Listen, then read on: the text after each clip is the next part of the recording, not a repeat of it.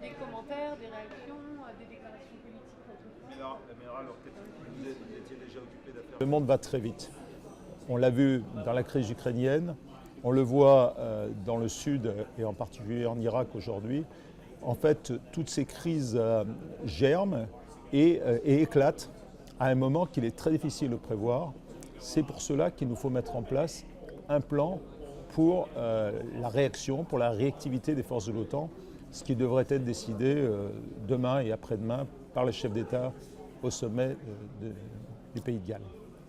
À mon sens, on parle de quelques centaines de millions d'euros, peut-être un peu plus, un peu moins, tout dépend de la manière dont on souhaite équiper ses forces, jusqu'où on va aller, qu'est-ce qu'on inclut dedans aussi. Parce que l'Alliance Atlantique, c'est un équilibre permanent entre les investissements nationaux et quelques capacités collectives de l'Alliance. Il faut que nos 28 membres agréés, et non seulement sur la forme, mais sur le fond, qu'ils soient vraiment convaincus que c'est la solution, et donc qu'ils sont prêts à fournir l'effort nécessaire quand on va leur demander.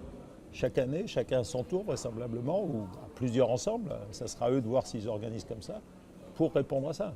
Il ne faut pas que ça soit simplement une première réponse qui va être très spectaculaire et très visible. Il faut que ça dure, il faut que ça soit résilient.